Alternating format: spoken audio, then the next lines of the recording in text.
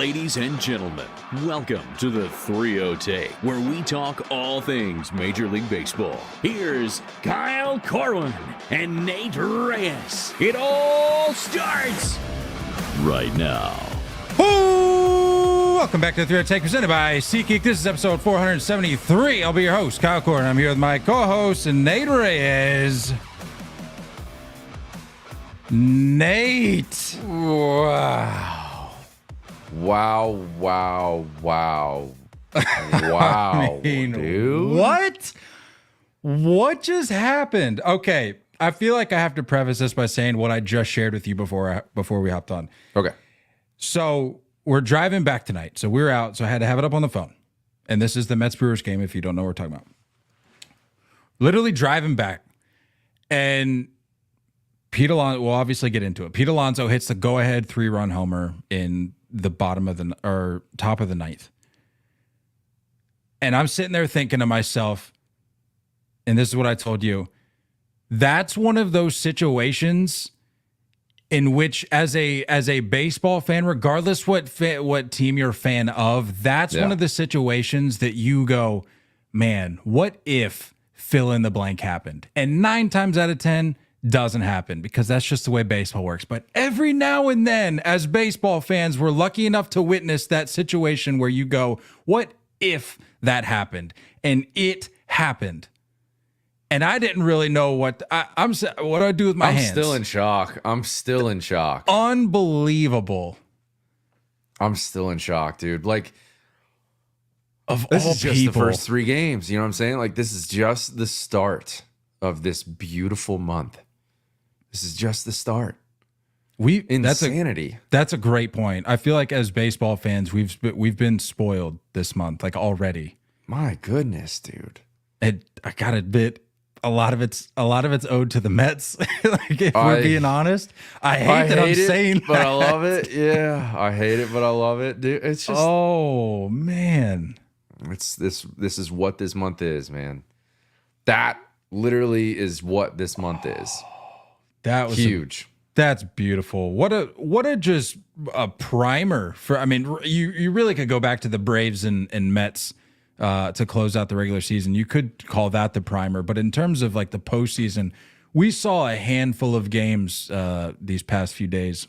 Yeah, that I would say really set us up well for the rest of this month, and I am excited. Like, I'm still in shock. Like, I'm literally. I said, should we start with that series? Let's just call the episode. Let's just call the episode. No. We'll just Unbelievable. It was a good game. We'll see you guys next week. No, yeah, I guess it only makes sense that we start with that. It was last on my list here, obviously, given the nature of it being the only game 3 of this week. But I guess, given the nature of what happened, it only makes sense. So let's start right there. We'll start with the Brewers and Mets. Can I just be honest? Do we really need to talk about the first 2 games? Like, okay, we'll dabble into it. I don't want to get ahead of ourselves here, but I mean, there's a couple things to note. You and I called it on Jackson Churio. Ooh, yes. Man's is built for this life. And overall, man, like I'm still like impressed by the Brewers. I got to be honest. Like, I know they didn't pull this off, and I know that, you know, like I'm not going to say 100% Devin Williams, you know, kind of coughed things up a little bit. You know, he hasn't been back. He hasn't been the whole year. I don't think a closer takes a long time to kind of settle into that position and build up for, you know, those moments. And I'm not laying excuses out for the Brewers. I mean, they lost, but overall, like, I'm still impressed. I really am. I'm impressed with the defense they played. I'm impressed with the at bats. Like, it was solid. Man, the freaking pesky Mets, man. They just. I hate that this is like, it's feeling destiny. It's feeling real. It's feeling consistent. Can I ask you something? Yeah. And I was going to wait till we actually got to the game, but now that we're just seemingly talking Mets generally, look, this is going to be a moment of accountability here. Possibly. Talking about the Mets. Sure. You and I and a lot of other people have ragged on the Mets, rightfully so. They've gotten in their own way a fair amount of times. Yeah. And they, as the saying goes, Mets are going to Met. How many of these nail-biting games do the Mets have to pull out, or just moments in general this postseason? How many of those do the Mets have to have before we start going, okay, maybe we can see the light at the end of the tunnel with this Mets culture, call it, to where this isn't necessarily the team. And I know, like, recency bias, we're basically minutes off of this Pete Alonso home run. So I know it's still fresh, and I don't want to get ahead of ourselves here, but like the way they wrapped up the regular season against the Braves, the way they clawed on the road in Milwaukee, which is it can be a tough place to play in the postseason. That place was rocking. Let's be that was loud. I mean, they were there in the ninth. They were ready to shut this thing down and get the party going out in the streets. But I mean, again, how many moments do we have to have from the New York Mets? The streets of Milwaukee. For us to go, probably a lot of cheese. How many of these moments do we have to have before we go, okay, that this might be you know what? I'll take a step back. I won't even say looking ahead down the road after this year, this particular Mets team though, because like I said, we keep hearing that, well, the Mets are eventually going to Met, and we've said that, but like they're now in the NLDS. Mm-hmm. And they're showing no signs of relenting, especially given the whole no days off thing. I get it.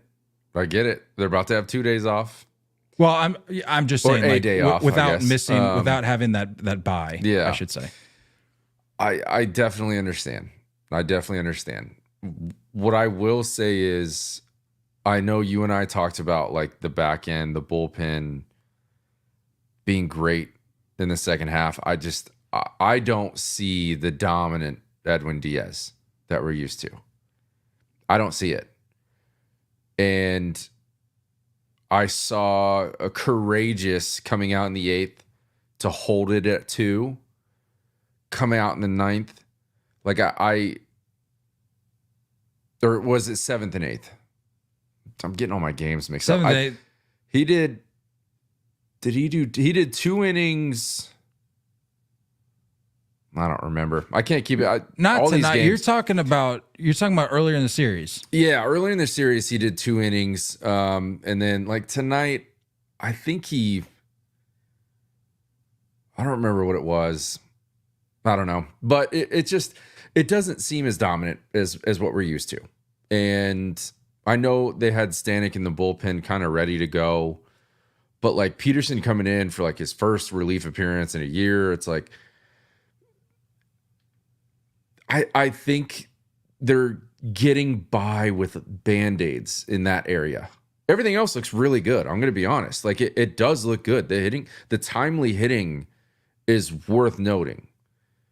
The solid starting pitching is worth noting. It's the back end where I'm like, do you have enough to get to the end of the month? Do you have enough back there to continue to put up zeros or hold other teams down until you're like, the comebacks are great, but that runs dry after a while. It does. And when you're talking 7-game sets, it's going to get interesting. Yeah, even this 5-gamer that's coming up in the NLDS, like they have a shot. They always are going to have a shot. That's the part, even watching these games, where I'm like a little, I don't know. You know, on the Pete Alonso side of things, there was a couple mishaps the last 2 games. It was that first and third double play that he hit into where there was 1 out and he tripped on his bat, and no one really knew. Like the play was at first and he wasn't even halfway down the line. Like, well, what was that, right? And then you look back and he tripped on his bat, he stumbled and couldn't get out of the box quick. That pop up in foul territory tonight, that was right up against the net that he thought he ran out of room, but there turned out to be more room and he didn't catch it. Like, there's just little things. And so it's like for him to have, I think they said his first home run in like over 40 at bats, where he's gone like a rough homerless streak.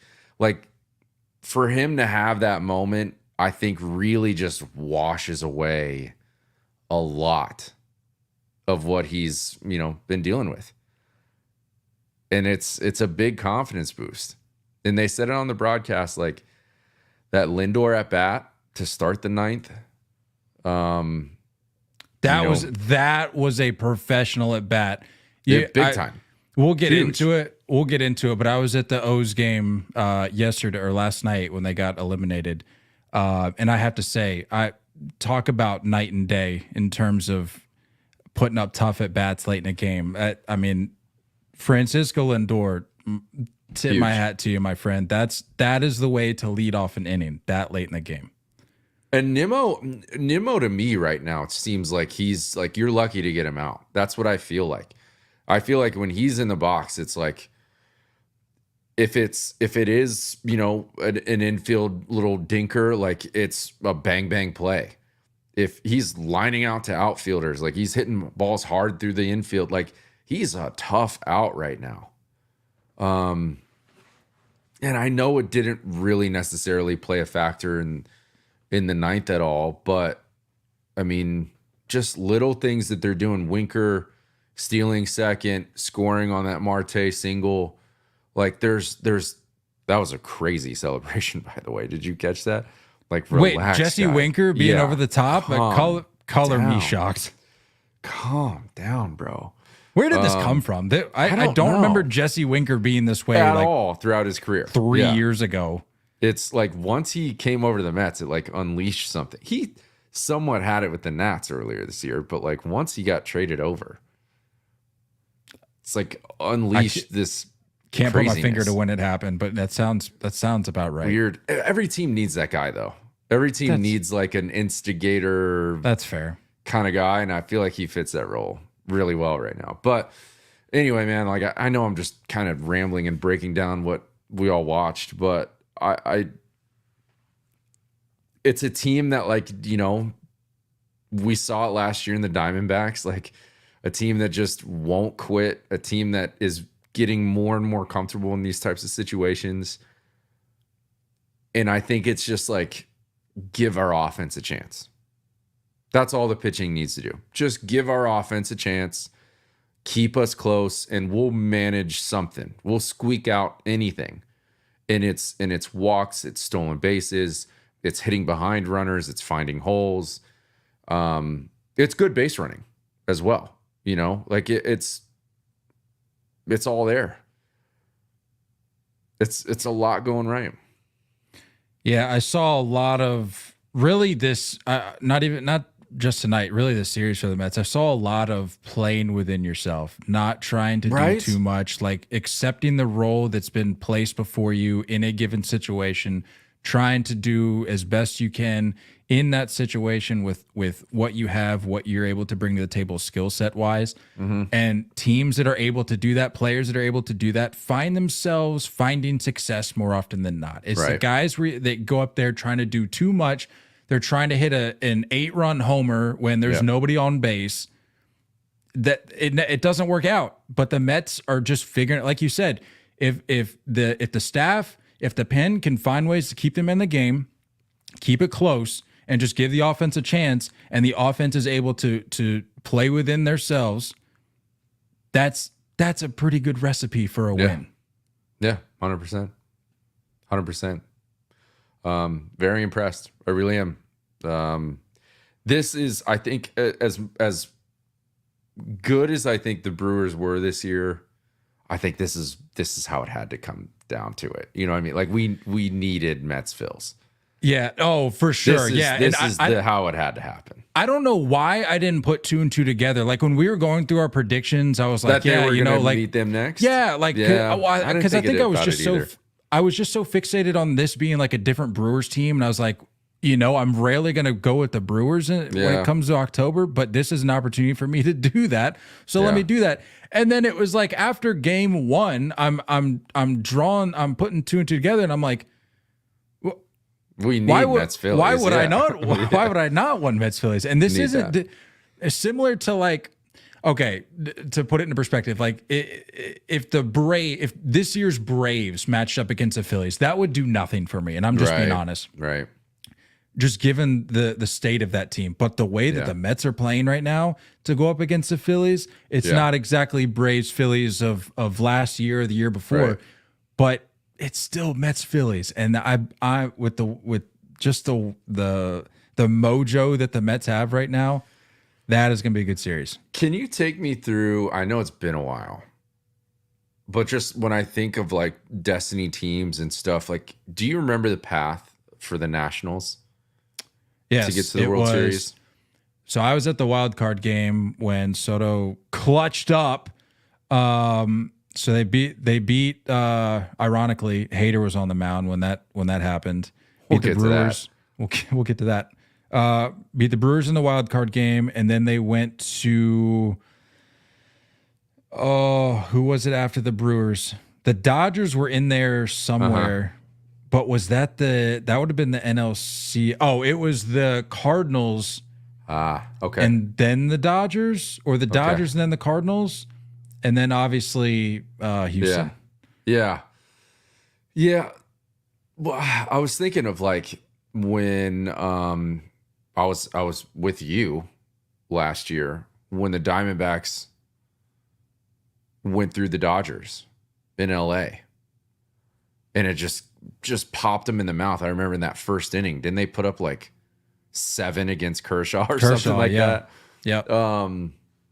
It was like this immediate, like, if we're the team of destiny, it's almost like there's one team that you face, and I can't really remember the Brewers or the Cardinals or the Dodgers of 2019 for the Nationals case here, but like I think of like the Diamondbacks, and there's one team you got to prove it against. And I think this is the perfect scenario. Yeah. Like if the Mets are real, this is where you prove it. And I know that's like you still got to get to the NLCS and through that and through the World Series, but like it's the Phillies. It's the best team in baseball this year, in my opinion. And if you're really doing this year, there has to be this type of opponent. I'm looking forward to it. I really, really am. That's going to be electric. We're gonna get into a little bit of the division series preview. We're certainly gonna get into that later in the episode. But to keep the theme moving along here, recapping the wild card. Do you want to switch gears here? You want to go? You just want to work backwards at this point? Because I had Mets Brewers the last. So if we're going to work backwards, let's go Braves Padres. The aforementioned Braves. This is a good one to sandwich in. Yeah. Sorry. No. Yeah. How are we at on time? Is this something maybe we can just fly right on by? I mean, look, if you're the Braves, why did you even bother to show up? I mean, good for you, I guess, for punching your ticket. But like, the Padres would have been better off inter-squatting one another these last couple of days to prepare themselves for the division series rather than play the Braves. Yeah, I know. We all knew that this is how it was going to go, and the Braves did nothing but waste everyone's time. True. Why even bother? Why bother to show up? You could have gotten a head start on your trip to Cancun, but you said, no, we're going to get a little teaser out in San Diego to get warmed up for our trip to Cancun. And, good for you for taking the trip out there, but why'd you bother? I didn't even feel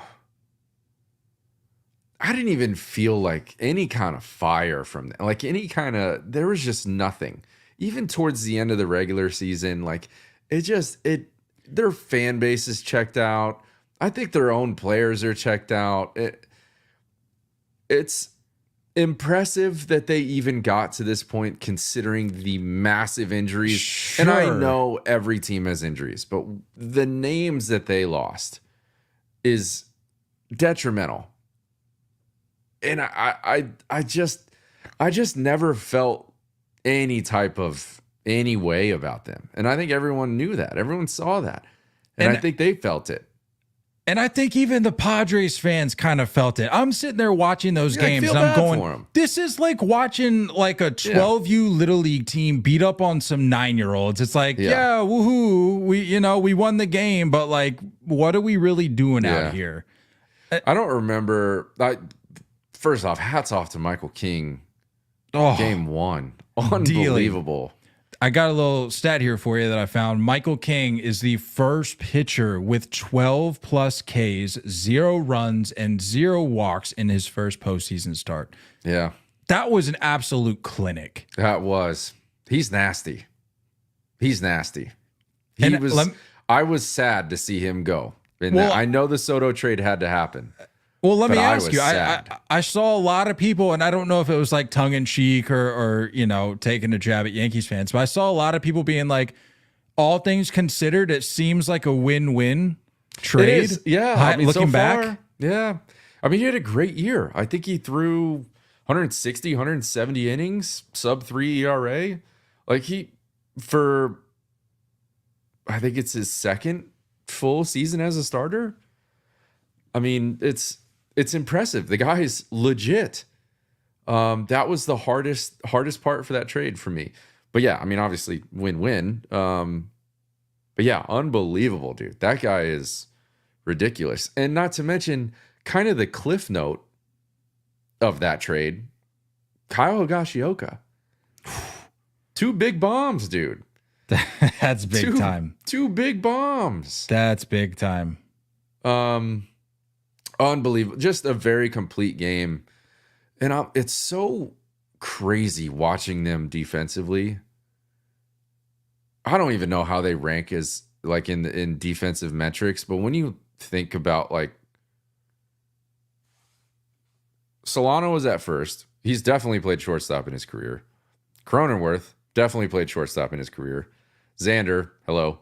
Manny, hello. Profar, Tatis. You have an entire field of just shortstops. Athletes, just raw athletes. And I know that like we're biased because we were shortstops, but like the athleticism required to play that position, and then you're seeing all of it just kind of spread out across the field is nuts, man.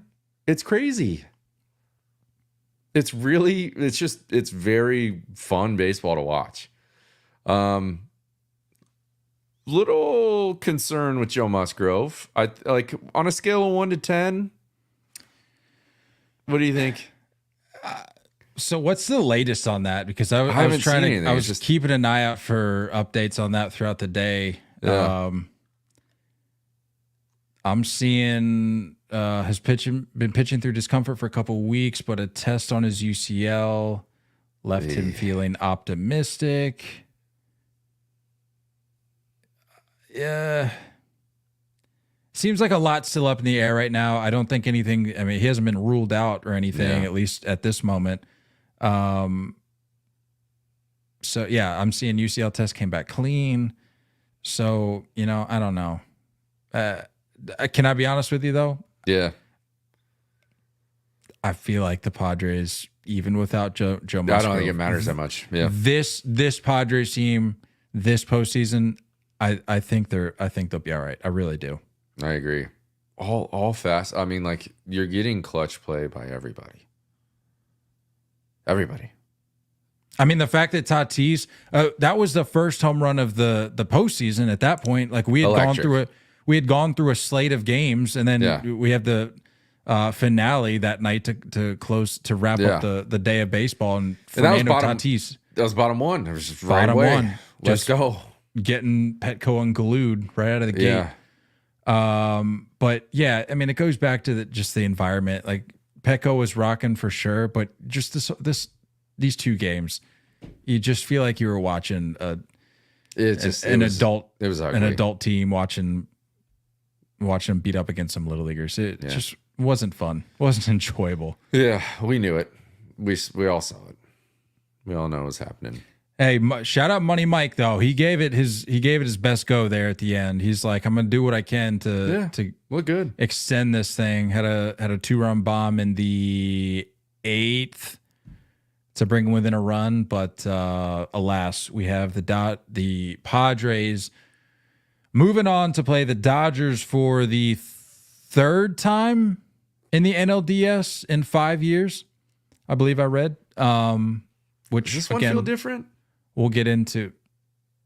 Yeah, I think it feels a little different. Yeah, feels a little different, and we're gonna get again. We're certainly gonna be previewing the division series, but as we had it last, we're gonna move along to another series. We're gonna talk Royals Orioles. Yes, Nate, this is my Bobby Witt jersey that I purchased for winning the fantasy league. Thank you for asking. I mean, it's super clean, as you can see. I mean, look at that. I mean, what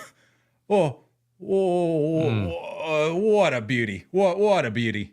I mean, look at that. That there's not a better the black O's jersey that I witnessed in person last night. Clean. That to me is the best uniform in baseball. But I tell you what, the powder blue Royals Bobby Witt jersey is second best. Give me some reports. Give me some reports of obviously Camden is gorgeous. You know that. We know that. We all know that. But like anything else that like you want to know tell from TV. Well, I'll tell you what I experienced. Yeah, right there in person. You may have not gathered it on TV. I told Meredith this on the way home. I was like, no, and we were walking out of the stadium, and I looked over and I was like, I think this fan base is a little shell shocked. I really do, because there was people can say what they want. I was there, at least from what I could gather. I sensed zero hope in the 9th. There was no energy.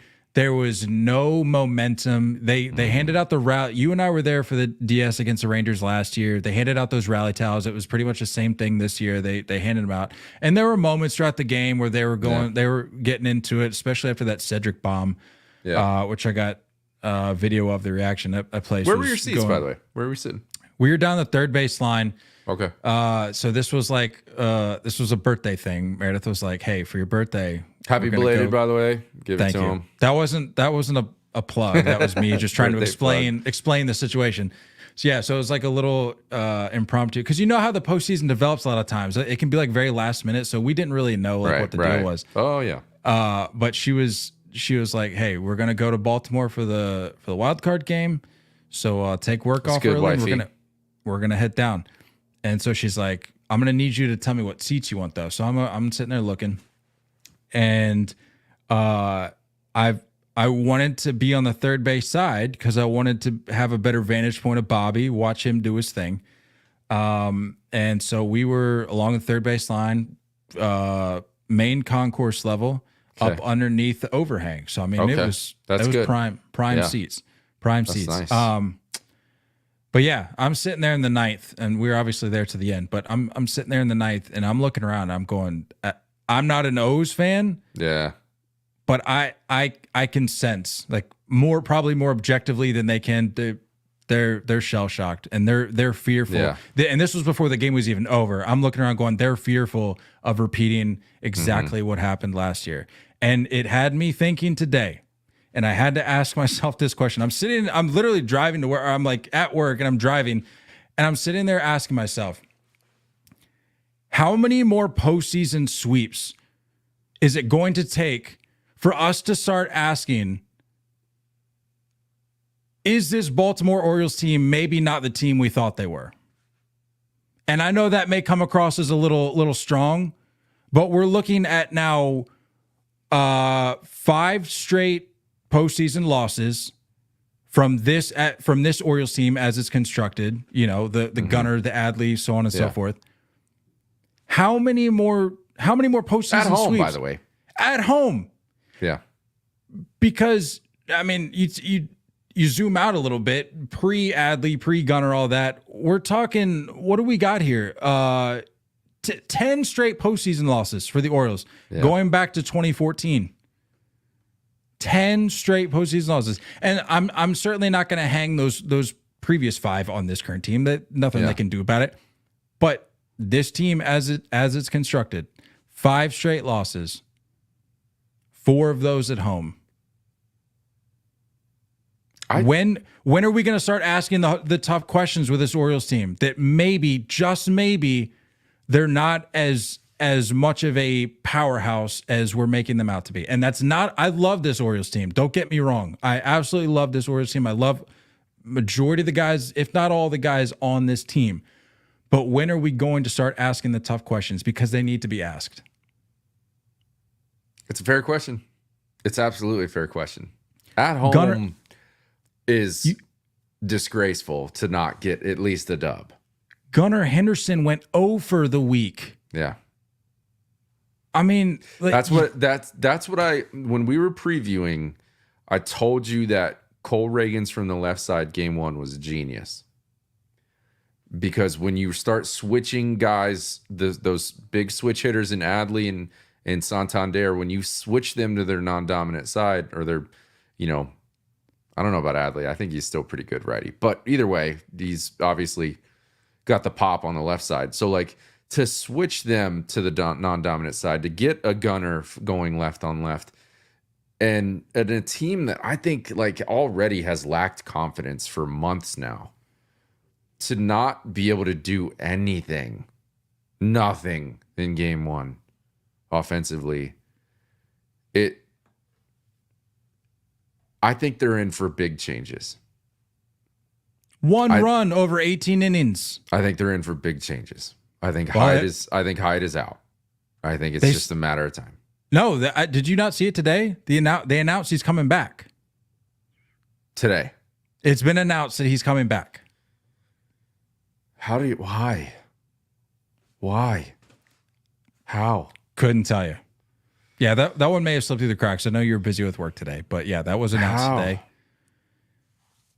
Couldn't tell you. All right. Well, I mean, I'm curious. I'm assuming Burns opts for free agency, right? Because he has an option. I think he has an option. No. I don't think so. I thought he was set. I thought he was just set to be a free agent. I thought he had an option. Thought he was UFA after this year. Yeah, I think things are going to look very different. Now, I know you're going to, have the Orioles fans with excuses of not having Felix Bautista this year, and not having the back end of the bullpen, and Craig Kimbrell not performing. The truth is, like, I think these last few months have been on the offense. I really do. So I don't know what it's gonna look like, but I think things kind of have to be adjusted here. Things are gonna have to change. They need more pitching as well. So I mean, just it's ugly. I don't understand the Brandon Hyde coming back thing. What is that about? That's the least of my worries, to be honest with you, at this point. Like, there's guys that are on the field that are actively impacting the game, or they have the opportunity to actively impact the game, and they're just not. And that's more of a concern to me. The fact that you have Gunnar going over, the fact that Adley has just been on a brutal slide the last, month and a half, 2 months? Yeah. And you were hoping that Santander might not come back. You know what I mean? Like, that guy, when you have a team that is going to have to commit to multiple young core guys, I don't think you can afford, when you also have to address your starting pitching, I don't think they can afford a Santander contract this offseason. I think he's gone. That's a 40 home run guy leaving the lineup. See, like, even this conversation that you and I are having right now, I hate that we're having it, because it sucks. Because a lot of people are excited about this team. You're right. I mean, you go back to our preseason predictions. I can't remember what you had. I had had them winning the division. I had them in the Pretty World sure Series. I had them in the World Series, yeah. I think we both had Orioles, Phils, right? Yeah, and I think maybe we just alternated who was winning it. But, like, yeah, I don't think we're the only ones that had that situation. And here we are talking 2 games. We saw them for 2 games. Lifeless games. Again, 1 run over 18 innings. And I saw a tweet, and I rarely do I literally laugh out loud when I'm at the office, but I read this tweet where it said, I want to congratulate the Orioles on their postseason run. And by run, I mean the singular run that they scored in game 2.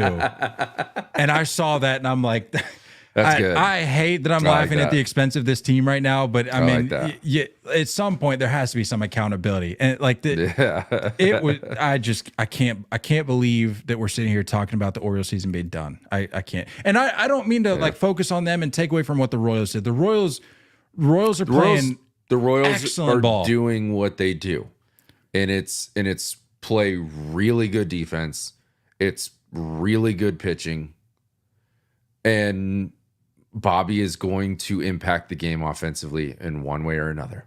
He had both go-ahead runs or both game-winning hits, I believe, in both games.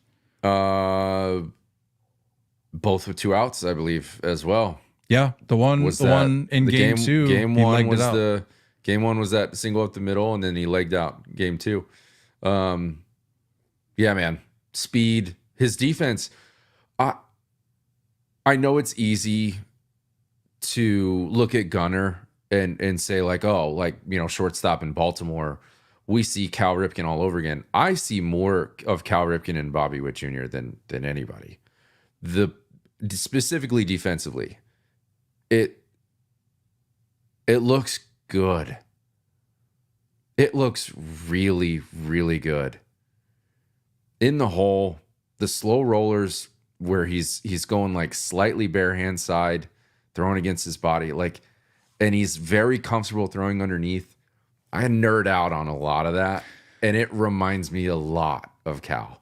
I'll be honest with you. I see a lot of Nomar in Bobby, just because I mean, you look at Nomar's athleticism compared to Cal's, and it's not a knock against Cal, but Cal was just a massive guy. Cal was big, and you can only move so. I'm talking younger shortstop Cal. Sure, no, for sure, versus the older Cal that we saw move to third. Cal laying out. Yeah, to his left or right, I see that. I mean, you see Bobby get the balls that most guys can't get to. It's just it's very fun to watch, man. It's very fun to watch. But yeah, I mean, look, the Royals, they look good. Quick little shot at Ryan Ripken for his little wild card, prediction, saying that the Orioles aren't scared to go to New York. Well, too bad we won't have to worry about that, Ryan. So they might have to go in street clothes at this point if they want to go to New York, sadly. Oh, man. By the way, I'm sure you were watching. Did you see Ryan, our good friend Ryan, behind home plate last night? Yeah. Calvin and the kid? Yeah. Man's texts a lot during the game. I don't know if you noticed that. That's a busy man. He's a lot. He's got a lot going on. He's probably setting up his podcast schedule for the rest of the year. Yeah, while he's watching a game. A lot going on. Did you see Did you see the clip floating around on Twitter today of his reaction to Cedric's home run? Cedric makes contact with, I think Rocco tweeted it out. Shout out Rocco. Tweeted out the slow-mo video of Ryan reacting to the Cedric. Cedric gets into it and he's like, and he gets up out of his seat. Meanwhile, Cal's just like, yeah. Classic Cal. Meredith looked over at me multiple times because I was like, yeah, Cal's on areas with Ryan and the rest of the crew, and she was like, does Cal ever cheer? I was like, no, Cal, not so much. And then she was like, do you think he waves the rally towel? And I was like, no, he doesn't. He's no shot, dude. No shot. Yeah. He especially has no reason this year to be waving it because I mean, he's too cool. Talk about a team that let him down. That's what I was going to ask you, because I know we talked about, I think you and I both picked this as the most looking forward to series of the wild card options. I think this is the biggest disappointment. I mean, this is bust.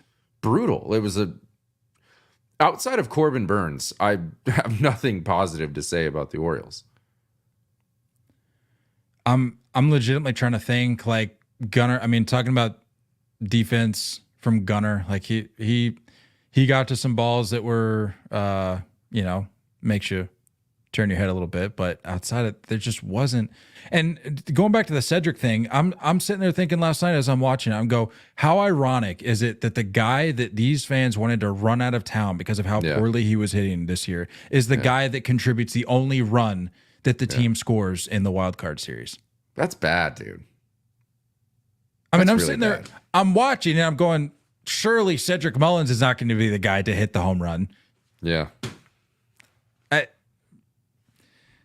I'm not out on this Orioles team, but I'm going to need to take I think if they run it back next year with minimal offseason moves, I'm very much questioning what's happening here. I need to take a little break from these baby O's. I don't want ownership to come in and not rock the boat too much. I don't want that to be the mentality. You know what I mean? Come in, change things.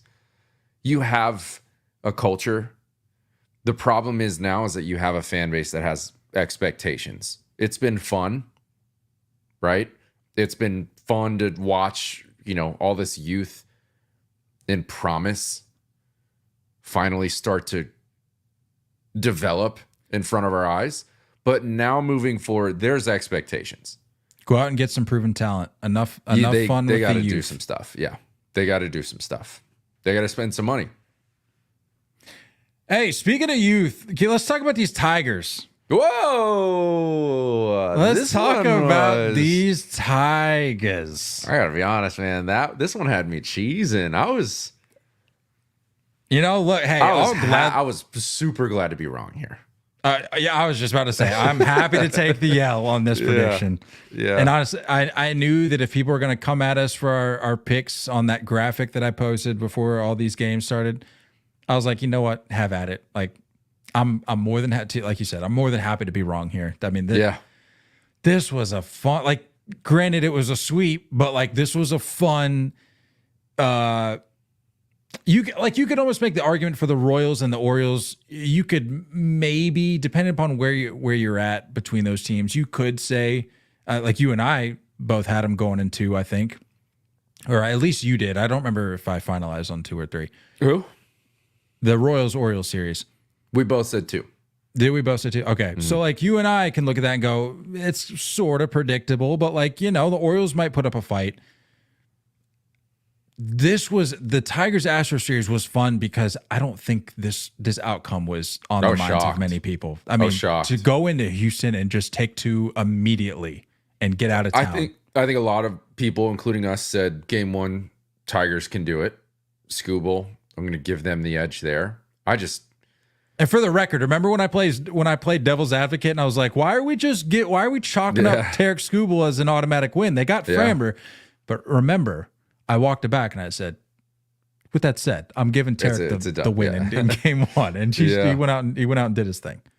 Yeah, I think my biggest takeaway, I kind of mentioned this same thing earlier, but like their biggest runs were with 2 outs. Their biggest runs. Game 1, I think it was just like single you to death and get those 3 runs across. All were RBI singles. Yeah. The 3 runs they scored. Yep. And then obviously the big moment of Ibanez against Hader was that 2-out double down the line. In game 2. Yeah. Yeah. And that's the story, right? Those are the runs. That's basically the biggest moments offensively for them. Well, not to skip ahead to game 2, I want to touch on something real quick in game 1 that I immediately thought of you when it happened. Bases loaded in the bottom of the 9th. 2 outs. Jason Hayward steps to the plate, and I immediately went back to what you said when this acquisition happened, where you said he's going to have a moment. You know that he's going to have a moment in the postseason. I said, talk about a moment. Yeah. Talk about a moment. You have an opportunity in game 1 right away to set the tone for your team for the remainder of the month. Should you advance that far? Hit a freaking rocket, though. Oh, man. Hit a rocket. I thought that was it. Was it. That was a linea. Unbelievable. Yeah. Yeah. But then going to game 2, you said that you were talking about the story of Andy Ibanez bases clearing doubles. Certainly the story there. But what I don't want to get lost here is Hunter Brown. His efforts on the mound went 5 1/3, had 9 Ks. And you have to remember the 5 2/3. Excuse me, I don't know if I said 5 1/3. You have to remember that this is a season in which he had some ups and downs, where he had some people. I had him in fantasy for a while, and that was interesting. Yeah, you had people, including us, talk about like, maybe it's time to step away from the Hunter Brown hype train for a moment. And you wonder, okay, how is the ups and downs of the season going to play out in the postseason? And I mean, as best as he could have done, he showed up and showed out. Only gave up a run over those 5 2/3, but the 9 Ks is what was impressive. Especially you talk about a pesky Tigers team to get swings and misses like that. I mean, that's tip of the cap to Hunter Brown. Yeah, for sure. It seemed like a little lack of depth offensively that we're not normally used to seeing from the Astros. No offense against, like a Jason Hayward or, a Carantini. I think Yainer Diaz did not come through in a few moments. There was a couple opportunities that he had that he didn't come through in. It just didn't feel like the offense was really clicking and going for the Astros. But interested to see how things go from here. Was this, the last time we see Alex Bregman in an Astros uniform? That's a big question for me. I don't know if you saw his tweet. And I don't know. I mean, I don't know if it even makes sense to read into, but it was something to the effect. I think it was just like, "Thank you, Houston." Nothing else. He just said, "Thank you, Houston." So I don't know if that's just like I don't know if he's done that in the past or if this is a different something tells situation. me that's just like a just in case, just in case. Just in case. You never know how things shake out. That to me seems like a guy that's just willing to, listen to the offers. And he's going to have some offers. Rough start to the season, but I think he ended up similar to the back of his baseball card. So, and he was I don't know, maybe 6 inches away from lifting that ball into the Crawford seats and probably changing the vibe a little bit. Ended up just being a long single. So, I'm interested to see what happens with the Astros. I did see an update that Verlander is not retiring, which is interesting. Yeah, I mean, you have to imagine a guy like that with his resume probably doesn't want to go out like this. Does it bug you? Does it bug you when announcements like this come out so close? Like there's such not just players, but like even with the Orioles thing, with like the Brandon Hyde thing.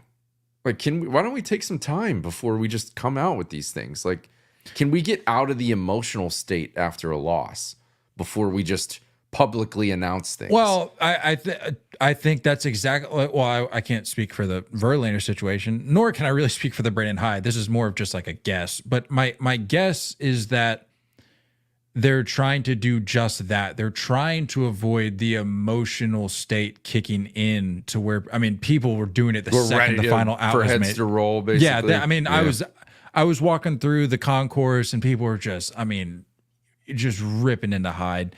And so I think the reason maybe that happened so close is that business decision was probably made before these games even happened. And they're just like, let's see how it goes. But this is what's going to happen in 2025. We'll see how this wild card series goes.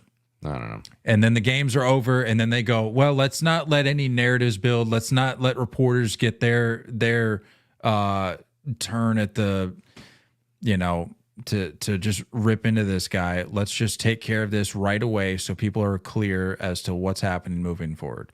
I don't know. It's hard to say. Yeah, it's just strange. Let it die out a little bit. Let the emotions come down. Speaking of dying out, what do we think the deal is with Josh Hader?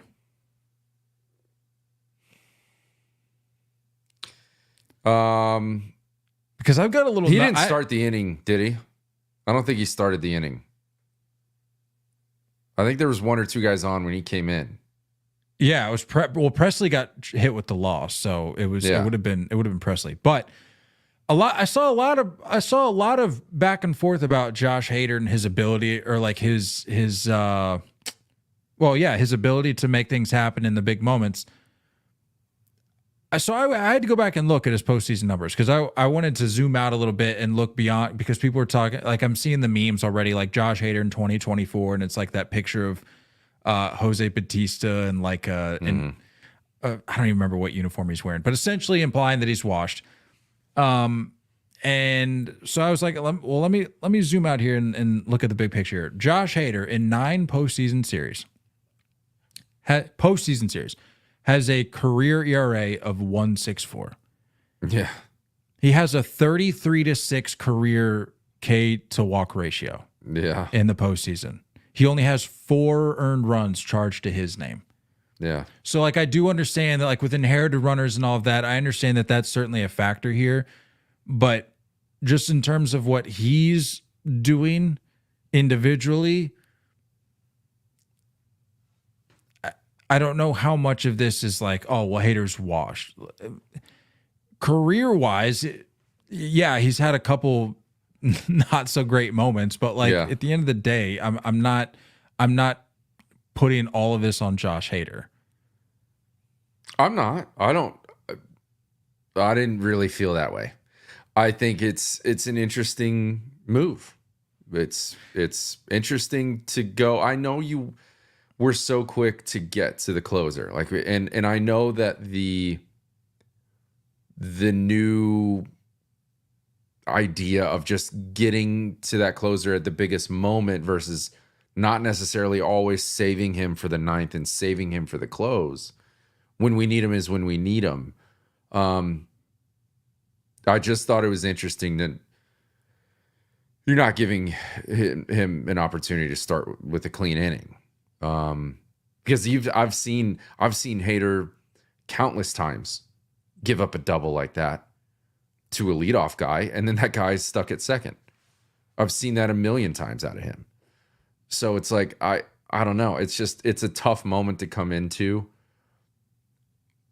Also, at the same time, if you leave a Presley in or bring someone else in, and Hader's still in the bullpen, and that happens, not the best look. You know what I mean? So it's like it's a difficult situation. I think the right button was pressed. It's just it's not easy. Closers are we're all creatures of habit in the game, but like closers are for sure. And not having a clean inning you start with and clear bases to start with is interesting. That's all. It's just a tough moment. Which brings me to a point that I was hoping that we could get to. You think back on some of the bigger moments that Josh Hader maybe didn't come through. We mentioned the Nats back in 2019. He was on the hill for that. You think back to this moment against the Tigers. Nationals proven to be a team of destiny in 2019. The way that the Tigers are playing in 2024, I understand the Mets are pushing hard for that title of team of destiny right now with the way they're playing. And to be fair, maybe we give them the early advantage out of the wild card gate, if you will. But I'm not going to rule out the Tigers as being a possible team of destiny here, because as great as the Mets series was, and as great as their effort was to go into Milwaukee on the road and to take Game 3, which I would argue more pressure there. Mm-hmm. The Tigers went into Houston,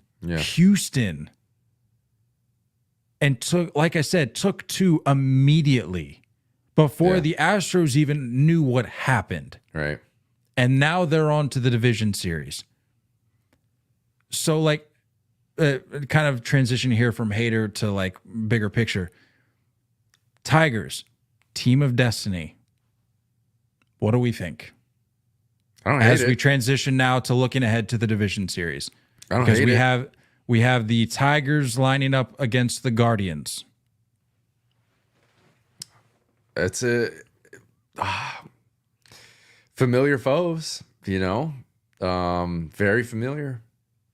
It's going to be interesting. I think you're always curious on like a team that is hot versus the first round bye team, and like how dominant is that first round bye team? How dominant are the Guardians? Like if we're going to sit back and really ask that question, how dominant are they? Are they gettable? With the way things are going for the Tigers means the fact that we're asking that question about the Guardians tells you what you need to know. And I'm not trying to hint here at any predictions coming down the pipe here in just a minute, but like I had that same exact thought. I'm going, once again, we're now revisiting the topic of, would you rather be a wild card team that advances, or would you rather be a first round bye team that gets the rest? And what does that dynamic look like? How does one team respond versus the other? Yeah. And like you said, with the way the Tigers are playing, keep it rolling, you know? I still have my thoughts about the Mets. They're continuing to prove me wrong over the last week or so. To me, the Detroit Tigers are a team of destiny, because you look at a team like the Tigers, a team of destiny. There's one every single year, it seems. If not every year, just about every year. It doesn't matter if there's holes in the lineup. It doesn't matter if there's holes in the rotation, in the bullpen, on the base pass. They figure out ways to plug the holes and to advance the machine forward. And the Tigers are continuing to do that. They took Tarek Skubal, they plugged him into game one. Shockingly, I know, crazy. You throw Tarek Skubal out there game one. He does what Tarek Skubal does. Game two, AJ Hinch said, we're going to unleash chaos from the pen in game two. You and I go, I don't know. That sounds a little risky to me. As good as your pen is to go into to say you're going to go into Houston and unleash chaos from the pen, bold move, Cotton. Let's see if it pays off. What does the bullpen do? They go in and unleash chaos. Offensively, they're coming up with the big hits. The emotion is playing for the Tigers. You look at the formula that's required to be considered a team of destiny, and you look at the previous teams over previous seasons that have fit that bill. I don't see how the Detroit Tigers are any different. Yeah, I'm with you. I hear you. I definitely hear you. Especially when you look at who they play next. And that's you chalk that up, that's one step closer. You know what I mean? If you're the Detroit Tigers, you're not scared of the Guardians. If anything, the pressure is on the Guardians. I kind of like it. You mentioned a big name. It's AJ Hinch, man. Like, I think when you're talking about a team that has any type of destiny, when you're talking about a team that may have some gaps, may, lack certain things, when you have a manager that's been there, done that, and is calm, cool, collected. Bingo. And I think you're starting to sell me a little bit. I like the Guardians, man. Like, I do. I think the Guardians are very good. I'm really looking forward to this series. If you're just, a regular old baseball fan and you're a fan of like games being played the right way and all facets of the game being included, this is the series for you, man. This is the series. I mean, you want to talk pedigrees of these teams? You could make the argument that this is, on paper at least, this will be the least entertaining series of the four. You're talking about Mets, Phillies. Yeah. You're talking You're talking Bobby Witt, Aaron Judge on the same field. Yet again? Superstars. Padres, Dodgers. Yeah. This is like the least marketable series. I agree. But I think we're amped for it. I think it's going to be very, very good baseball. Timely hitting, bunting, stolen bases, hit and runs, scoring from first in the gap. I mean, just good defense, good pitching. Like, it's going to have every aspect of the game. Great managers. Say what you will about AJ Hinch. He's a great manager. Stephen Vogt should win Manager of the Year, in my opinion. Like, this is a very good series, man. Yeah, you take the whole.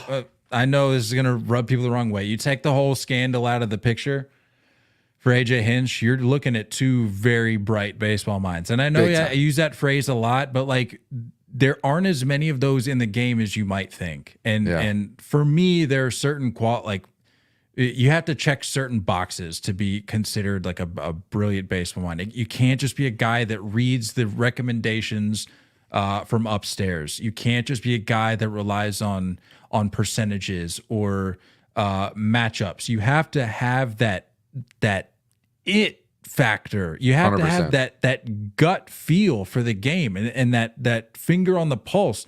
And Stephen Vogt has already shown you, not just in his playing career, but what he's done as a manager as well. He has that, and AJ Hinch has that as well. So I mean, for no other reason but managers, you could argue that this is just going to be a good series.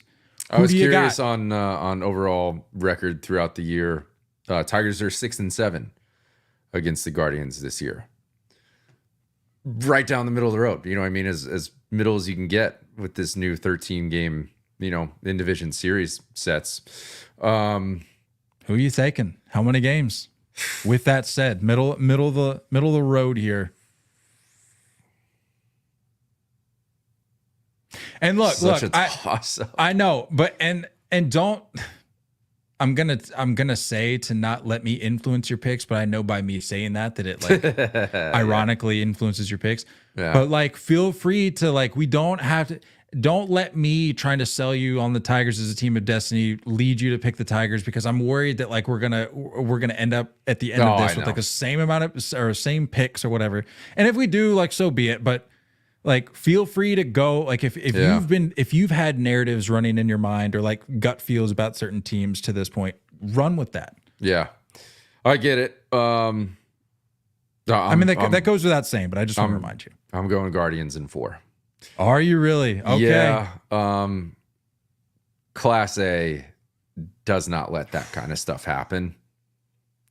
That's just not going to happen. And again, when you shorten a game and it's not sexy, I don't think either of these teams do it in a very sexy way. Not a whole lot of pop. Granted, the Guardians are great at home, and whatever's happening in that ballpark right now, power wise, I don't know if it's going to be addressed, but the ball's flying there. I think they have very similar styles offensively. I think the Guardians are just quietly good. I'll give the Tigers I'll give the Tigers game 1.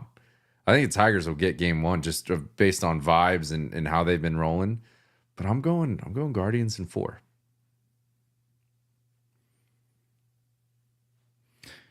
Guardians, with all due respect, you can take your days off and shove it. The Tigers are hot, and I'm rolling with the Tigers. All right. I'm rolling with the Tigers. I can't in one breath call them a team of destiny and then in the same breath say, yeah, but you're going to run into a division rival and that's where the road ends. Sorry. Yeah. I can't do it. Tigers, I'm taking the Tigers.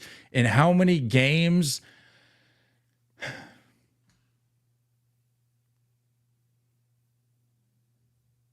It's got to be 5. I'll go 5. Yeah. I mean, you mentioned Class A. Class A, it has to be a factor here, and I can't foresee anything going south if he is on the mound, and I would imagine he's literally won't. It hasn't happened in over a year, so the man is unbelievable. I'm gonna go Tigers in 5. I'm gonna give the Guardians the respect. I'm gonna especially give Stephen Vogt the respect he's earned in a short amount of time. But I'm telling you, the more that we see this expanded postseason and the structure as it's constructed, I'm losing more and more faith in the first round bye. I get that. Not necessarily the team, but the institution of the first round bye and the effects that it has on a team. Not all teams. I do my best to look at it by a case basis. Yeah. But given the way I feel about the Tigers right now, and the Guardians is much respect as I think they've earned. They've been one of the better teams in baseball this year. It's just not as much of a threat to me that can outweigh the potential negative effects of a first round bye, if that makes sense. Sure. Yeah, I get it. Good series. It's going to be great. It's going to be very good baseball. If you're going to nerd out on the little stuff, if you're a fan of home runs, if you're a fan of long ball, if you're a fan of new age baseball, that's okay. But this is a matchup that's going to provide a lot of old school style. Let's talk Mets Phillies. Let's talk some Mets Phillies. This is gonna be good too, man. This is gonna be a great postseason. That's what I'm saying, dude. You're looking at these 4 division series matchups, and again, you could make the argument that the Tigers Guardians, as good as we think it's gonna be, and for all the reasons we just laid out, you could make the argument that this would be the least entertaining, or to use a better word, the least marketable series of the 4. So really, from here on out, these other 3 series, I mean, we're talking about very, very marquee type baseball here. Yeah. And the fact that we don't get to watch all of these teams play in prime time is a real shame, but something's got to give. I know. I'm going to be useless this weekend. I'm not moving, dude. Oh, the imprint on the couch is just going to be Nate shaped for 48 hours. It's going to be great. Look, the Mets, as much as I hate it, are rolling. Oh, baby. Rolling. They are moving right now. Is he going to yank the rug out? They are doing things that it just kind of shocks you. And they have vibes. They have energy. You're going to pull the rug out from underneath us, aren't you? Are you going Mets? No, I'm going Phillies, baby. I'm going Phillies. Yeah. I'm going Phillies. Phil's all right. I'm gonna have to say 5. I'm gonna have to say 5. But I think the Phil's just pitching is too good. Then they have every bit of the lineup that the Mets do and then some. So Wheeler has been unbelievable all year, but specifically the last couple months. The vibes in Philly are going to be rocking. Like, the Eagles have a lot of question marks around them, and I think everybody is just all in on the Phillies. All chips to the middle of the table in Philadelphia on the red team. And we've arrived again at that point of the year where the whole I saw it on Twitter today. I've seen all these accounts. Who's got? I mean, I've even thrown it out there just for kicks, but I know the answer. But I'm seeing all these people put out like, who's got the best playoff atmosphere? Stop asking that question. Stop suggesting Petco. Stop suggesting Dodger Stadium. Everyone knows who has the best postseason atmosphere, and it's none of those teams. It's in Philadelphia. I don't know why this conversation needs to come up every single year. Yeah. As long as this team, as long as this fan base exists in the harmony that it is, it's the answer. Now, when you get guys like Bryce and Castellanos and Trey, when those guys start falling out of the picture, okay, we can revisit it. But as of right now, the movement that's taking place in Philly right now, that's the answer. So let's just put that to bed. Okay, we'll just put that to bed. They're just so deep. They're so deep, and we've seen it postseason after postseason, like big moments from names that aren't Bryce Harper, that aren't Kyle Schwarber. You have big moments from Bryson Stott. You're going to see something out of Brandon Marsh. I guarantee it at some point. You're going to see something out of Alec Boehm. You're just looking at so many different names that are capable of doing things, it's hard to go against it, man. And it's like I was saying before, I just don't see I don't see enough talent-wise on the Mets side that's going to be able to overcome this. To me, it's I'm sitting there talking about like the effects that the first round bye has on a team and how I do my best to look at it by case. I'm not just like coming out with this generalization, this like sweeping declaration that no team can succeed. I don't think with the a rule first round applies bye. here. The rule does not, to me at least, the rule does not apply to the Phillies. Whether they come out sluggish, we've yet to see. But as it stands right now, regardless of the slides they've had, their body of work over the course of 162, I'm not worried about this team going into game one. We'll see. And especially we'll see how it pairs up against this Mets magic that seems to be rising to the surface. But I'm not worried about it as much for the Phillies. So with that said, I'm probably going to go Phillies in 4. Foe. Phillies in foe. What did I say? I said 5, right? Yeah. I think I'm comfortable with that. So you've got Guardians in 4. You've got Phillies in 5. Yep. Okay, I'm going Phillies in 4. Okay. Let's talk Royals Yanks. The two number 1 and number 2, Aaron Judge, Bobby Witt, respectively, in the AL MVP discussion. They returned to the same field yet again. We saw a little taste. Remind me, it was like at the end of September, to like mid to late September. We saw them. Mid-September, yeah. Yeah, so we get to see these two bright stars return to the same diamond, which I'm very excited to watch. Game 1, you have the probables of Michael Wacha versus Garrett Cole. Obviously, Garrett Cole's going game 1, but the Royals have, at least last I checked, have decided that they're going Michael Wacha game 1. The bigger thing we need to talk about here, and I tweeted about it, is what's really at stake here. Like, forget the Yankees trying to get back to the World Series, forget the Royals trying to extend this magic run. The Will Smith World Series streak is at stake. It's a big point. Very big point.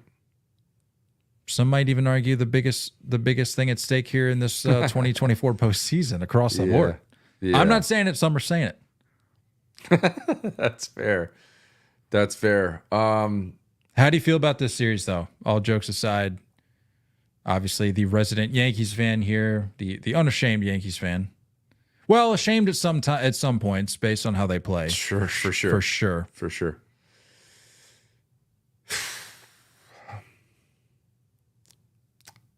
I feel good.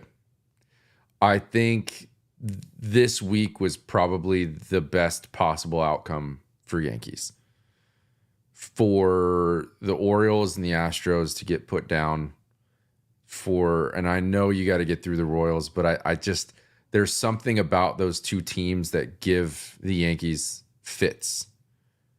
Obviously, the Astros for, a long time now. 7-8 years. So it's like, this was a great week. I don't think the Royals can keep up offensively. The Royals will not beat themselves. They're not going to make mistakes defensively. They're going to pitch really well. But I'm going to go ahead and lean towards what we saw Garrett Cole do his last few starts, going really, really deep into games and starting to look like what we're used to, which hasn't been the case for most of the year. True. I think question marks were kind of solved by Nestor Cortez going on the IL, not being available. Anthony Rizzo being hurt and likely being done for the year with the broken hand is a big deal.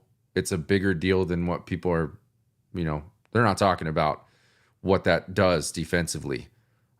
Creates some issues, and Ben Rice hasn't done much outside of those first few weeks. So it's going to be really interesting. But offensively, I really like where the Yanks are at.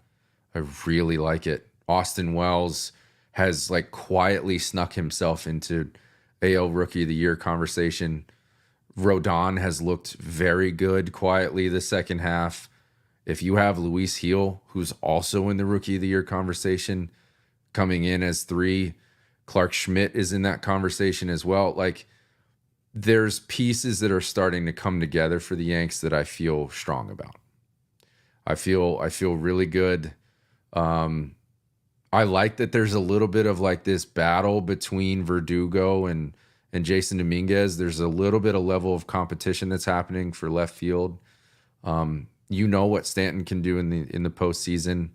So I feel confident. And there's other key pieces that, I'm saying all this stuff and I'm not even mentioning AL MVP Aaron Judge or top 5 AL MVP voting for Juan Soto. There's a lot of good things that are happening. Gleyber Torres has looked great in the leadoff spot. I mean, there's good stuff happening. And as much as the Orioles have slid in that second half in the last few months to lose the division and lose that lead that they had, the Yanks have looked good. The Yanks have looked good for a good 6 weeks now. Yeah, it's all fine and dandy. You know who else has looked good? The Royals. I'm going Royals in 5. Give me Yanks in 4. That's a stupid pick, but all right. I didn't know we were making choices to be wrong here, but to each their own, I suppose. Yeah, I'm going Royals in 5. And to be quite honest with you, I'm a little disappointed that you're not giving the Royals a little bit more respect. Because you sit there and you praise them for their athleticism, their ability to manufacture, their ability to especially pitch, both on the front end and the back end. I said they can't hang offensively. That's what I don't think they can hang. Yeah, maybe not with the firepower, but they can still the athleticism still can translate to manufacturing runs. That's fine. I think they struggle to score. That's all. Not talking just power rankings. I'm talking they struggle to score. I need to look something up. They're a good ball club. Don't get me wrong. And you have heard me, everyone on here has heard me complain about how the Yankees have been up and down throughout the year. I think it feels a little different for me this year. They were top, for what it's worth, they were top half in baseball for runs scored, 735, 13th, which was more than the Guardians, more than the Braves, and the like. Top half. Well, I don't want to say, I guess technically middle of the pack at 13, but they're not like 16, 17, 18th. Somewhat respectable. Yeah. But again, you could make the argument, and we'll see how it goes. And yeah, I'm seeing in the chat that they get to play the White Sox 13 times. That's fine. We're not talking about the White Sox right now. We're talking about the Royals. Hey, now a little more respect for the AL Central this year. We're talking about 3 teams right now that are still in the mix. No, but it goes back to what I was saying. Any maybe lack of firepower, you could say, gets made up by the fact that they're just continuing to roll. They're continuing to stay hot, and they're staying on their toes, staying fresh. And maybe a team like the Yankees that can manufacture runs, maybe they're a little sluggish out of the gate. And I'm not fair. I'm not saying fair. that applies to the whole series, but at least to get the series going, you could see that maybe the Royals or any of these teams that just rolled right into game action, maybe that helps them from an offensive point, seeing pitches, because you're seeing clips of these first round bye teams. They're scrimmaging each other, and you and I both know we didn't play at that level, but You can't really replicate. Yeah. any sport. You can't replicate actual live game action playing against the guys that you share a clubhouse with day in and day out. It's just not the same. And I worry, and take bias out of it, I worry about a team like the Yankees. Well, maybe less for the Yankees because they just can produce runs. But some of these other first round bye teams, I worry about them coming a little sluggish out of the gate. That's all. Understandable. With that said, though, Royals in 5. Lastly, here, Padres Dodgers. No, dude, I'm just a big Royals guy from here on out. Yeah. Quick question, by the way, I forgot to ask. There's 0% chance you wore that to Camden. No, okay. So here's the thing. I didn't think you had the balls. I surely didn't. I contemplated it though, because I'm like, is there a way that I could wear the jersey, but like also maybe like staple a sign to my jersey that says like I'm just a Bobby Witt fan or something, like just so people knew like this wasn't me like a Royals thing. But then I was like, oh, well, I'm maybe gonna introduce Meredith because Meredith and Ryan have yet to meet. So it's like, maybe we'll run into Ryan, and then we were super late to the game because of traffic sucked. So that didn't end up happening. So I'm like, I maybe could have gotten away with wearing it, but it just felt wrong. And it turns out that the jersey didn't even get there by the time we left. It was supposed to get there before we left, so I didn't even have the choice to make. But I was just curious. Yeah. That's a fair question. That's a fair question. But no, even if it had been there on time, I wouldn't have worn it. Would not have worn it. Padres Dodgers to close us out here. Well, we have one item after that, but regarding division series preview, Padres Dodgers. I tell you what, about stardom, dude. I tell you what, talk about stardom. Carabas tweet. Honestly, his tweet I think summed it up the best. He said, "Padres Dodgers is going to feed families," and I don't think I could put it better than that, because so you said it. You talk stardom, you talk rivalry, you talk about bad blood, you talk about. Forget the on-field product. The fan bases alone, would just mass murder one another if given the chance. I believe that. Yeah, probably true. That's what's at stake here. And this is the division series. We're not even talking NLCS. We're not talking like one step away from the big dance. I'm talking division series. Yeah. But I still feel like this is like top of the line quality postseason baseball. It's going to be unreal. It's going to be unreal. Not to mention, we're getting Yamamoto out of the gate. Originally, it was supposed to be Jack Flaherty, and they said because of like rest schedules, they want to get Flaherty pushed back. I don't know, or something to do with a potential Game 5. I'm like, okay, we're already talking about Game 5. Yeah, I don't know if I like that, but Yamamoto right out of the gate against Dylan Cease. I mean, you want to talk about possibly the best Game 1 that we're looking at here of these four slates. Or 4 games. I'm taking that for sure. Problem is, what do the Dodgers have after that? Jack Flaherty, it's a cute story. Ohtani, amazing year. Great job. Finding your own group. Planting your flag on the 50-50 club. Give me the Padres in 4. Give me the freaking Padres in 4. They are too good this year. Pitching is in line. Bullpen, arguably the best out of these 8 teams. And offense is moving. Big brother no more. Padres in 4. Oh, Dr. Seuss. Little rhyming action there. I'm with you. I think I'm seeing that Walker Buehler is their third option for game, or their option for Game 3. That doesn't excite me. I could say that much. And as great as Ohtani has been this year, as much as we've talked about it, as much as the baseball world has talked about it, Shohei Ohtani cannot win games by himself. At least not this year. Maybe next year when he gets back to form on the mound, should that follow the way that they're hoping that it does. Not this year, though. And again, revisit the point that I made before the season started. I've said it 100 times. It was never going to be a cakewalk for the Dodgers this year because it rarely, if ever, works out that way, where the best team on paper just marches their way to the World Series. And that's not hindsight. I've got the receipts. I'm not saying that. I've been saying it. I just don't see. I can't say those things and then as each series goes along, I go, well, I got to go Dodgers here, got to go Dodgers there.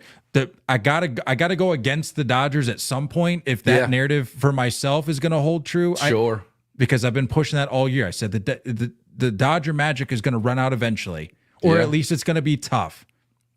And what better time for me to put that into action by going with the Padres, the arguably one of the hotter. Maybe not hottest, but in terms of talent playing at peak level right now, it just seems like a match made in heaven for me to choose the Padres to be the team that puts this ride to rest for the Dodgers. I think they're the most complete team. I do. It's like the Phillies are very good. But the Padres are also very complete and hot. If those two teams ended up in the NLCS, I'll be honest with you, that's going to be a really tough one for me. And I know I get the whole like, oh, fake Phillies fan. Not a Phillies fan, first of all. Real Phillies fan. Second of all, what? Huh?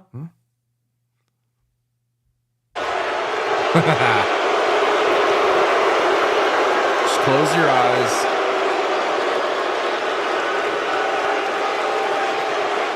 Close your eyes. That. Just picture KC in Philly in just a sea of red. I'm quite literally wearing a Bobby Witt Jr. jersey right now. What are you talking about? Is all you just going.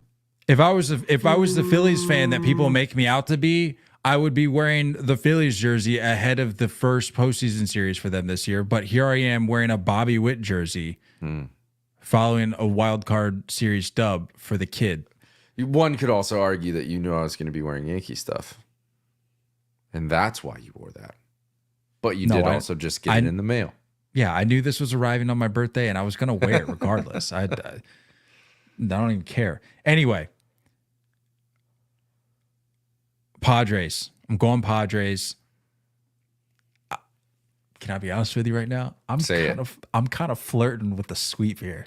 Are you? I'm kind of flirting with a sweep. I hate that I didn't have a single sweep in my predictions. No, you know what? I gotta be a man of conviction here. I'm going. You know what? I don't think I think this is where the run ends for the Dodgers. The run that really didn't even happen, considering they haven't played any postseason baseball yet. But it's gonna. The road stops here for the Dodgers. I'm going Padres sweep. Padres in 3. Wow.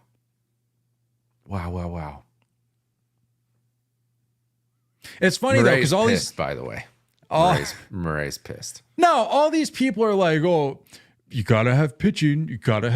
Because I don't know if you saw that post that I put out, but it was this was going back a few days, but it was like the Diamondbacks scored, I think it was like the most runs in baseball. It didn't even make the postseason. And then everybody in the comments like, whoa, it's great when you can score runs, but you got to have pitching. Pitching wins championships. And these are the same people that are somehow questioning my thoughts on the Dodgers here, given that they have no pitching. They're going, relax, it's the Dodgers. Okay, well, which is it? Is it does pitching win championships, or does just having LA on your hat win you championships?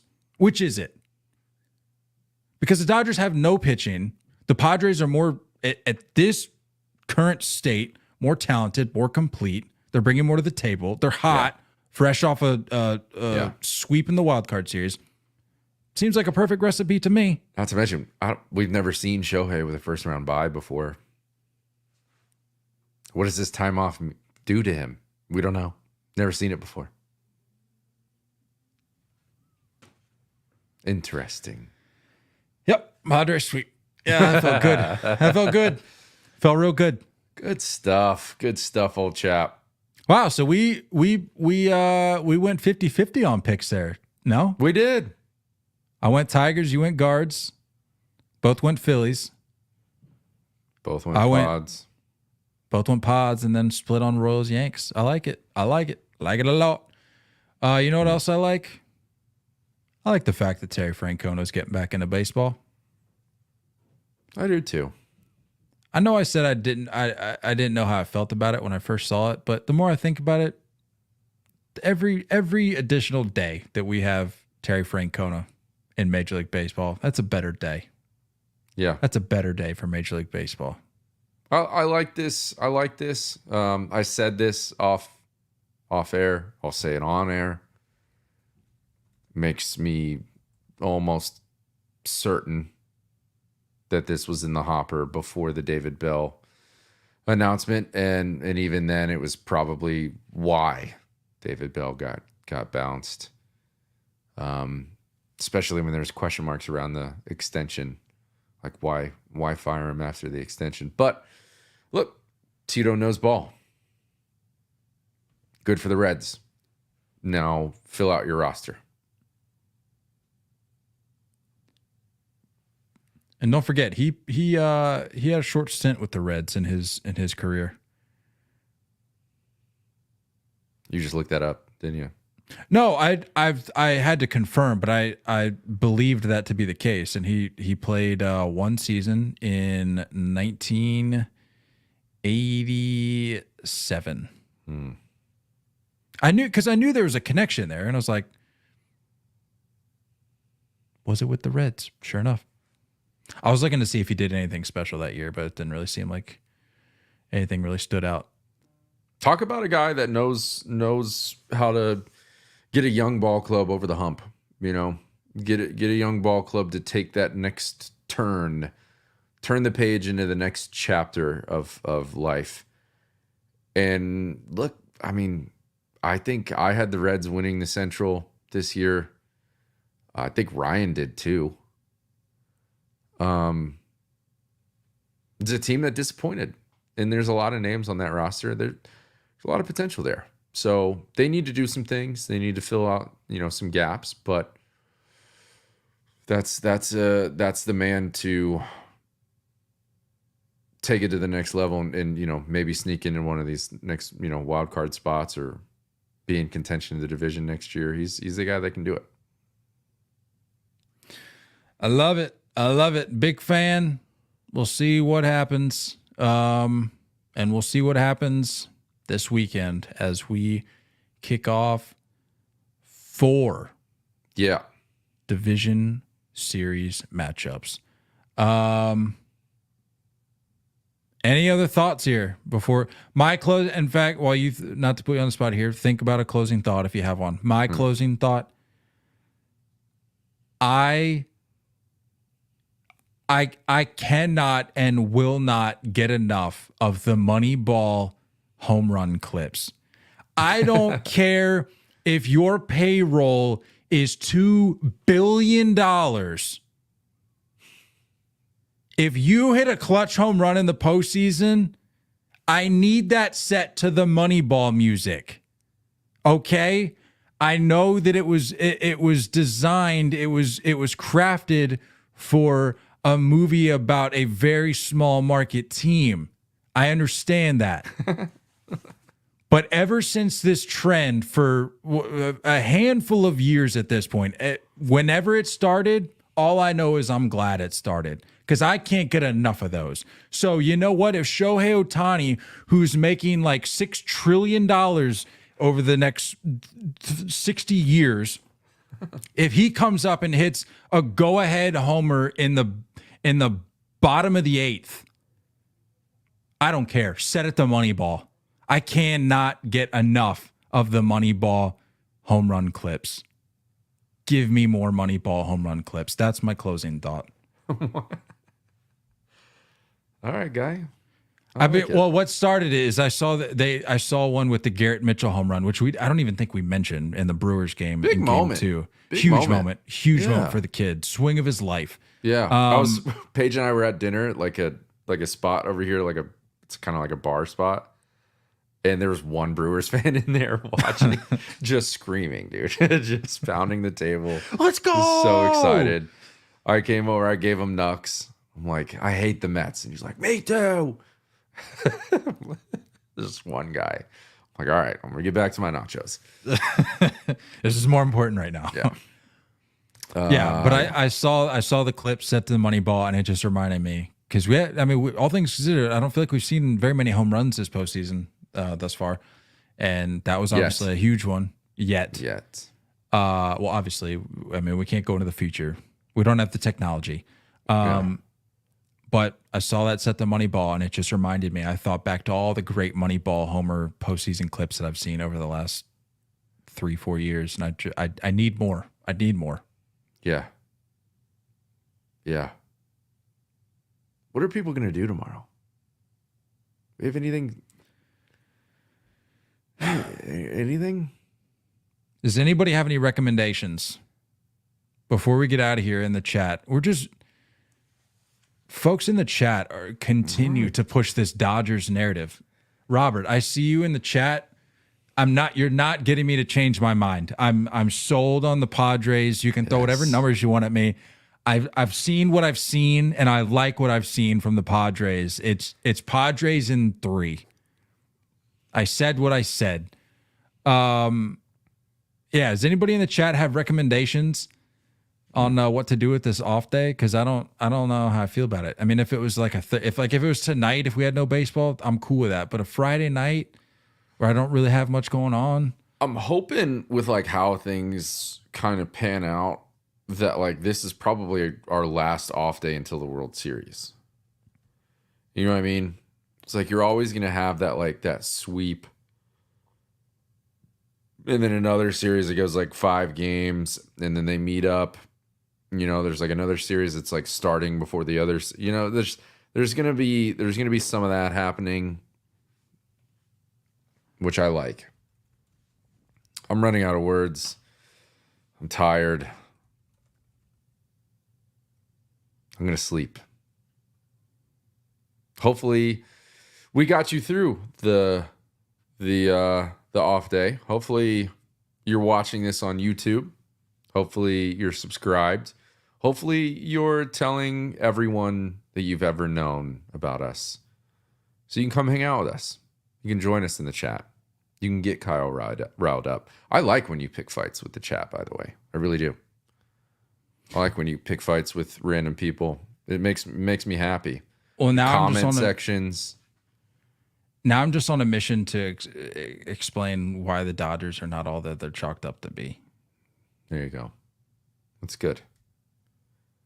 We will see you guys Monday, I believe. So good chance it's going to be like a 2-game recap for the DSs. Right? Oh, super quick thought. We didn't even get to it. Any thoughts on the Padres restricting ticket purchases? I didn't see this. What? So the Padres are restricting ticket purchases based on location because they're trying to limit the number of Dodgers fans in Petco. And it seems to be really, really, really upsetting some folks. I'm here for the pettiness. That's my line. I'm here for the pettiness. I'm a fan. I like it. I do like it. There was something, I think it was like a national championship game in college football or something like that, where like there was one fan base that like bought out a ton of tickets and then didn't. I think there was something like that. Didn't go. And there was just like empty seats. Yeah. Well, it's been brought to my attention both in the chat and on social because I posted about it, and they're like, "Well, this happens all the time." It's like, well, I don't. To limit the limit per location. Yeah, because they're just trying to keep it like a home game and not like just let Dodgers, because you know how well Dodgers fans travel. They would just infiltrate Petco. But my point or my response to those people would be like, yeah, this may happen elsewhere around the league, but it's the Padres Dodgers dynamic is more unique than just about any other of those situations. When you take into account the rivalry, the proximity, the what's at stake here between these two teams, like this is a somewhat of a unique situation. Yeah. I'll say it again. These fan bases would mass murder one another if given the opportunity. That's what we're dealing with. And I'll say it again. Padres in 4. Padres in 3. Good stuff. Enjoy your weekend of baseball, folks. Don't you dare leave that couch, nor chase curveballs. We love you all, and as always, looking forward to talking more baseball with you guys soon. Until next time, stay filthy.